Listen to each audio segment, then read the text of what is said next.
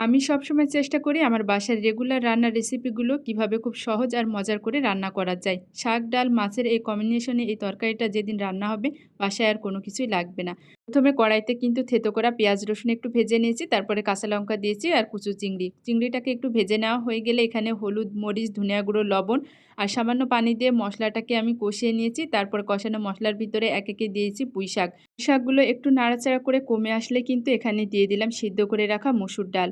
ডালটাকে কিন্তু খুব ভালো করে এখন পুঁই শাকের সাথে মিক্স করে নিব। তোমরা কিন্তু লাউ শাক বা মিষ্টি কুমড়ার শাক দিয়েও কিন্তু এই সবজিটা রান্না করতে পারো। ঝোলের জন্য পরিমাপ করে এখন পানিটা দিয়ে আমরা পুঁই শাকটাকে জাল করে নিব। পুঁই শাকটা খুবই ভালো ছিল, খুব দ্রুত কিন্তু সিদ্ধ হয়ে গিয়েছে।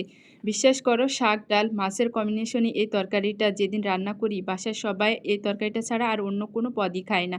অসম্ভব মজা হয় খেতে। তো তোমাদের কাছে যদি রেসিপিটি ভালো লাগে অবশ্যই তোমরা একবার হলেও কিন্তু এই রেসিপিটা এভাবে ট্রাই করে দেখো। শাক, মাছ, ডালের অনেক মজা।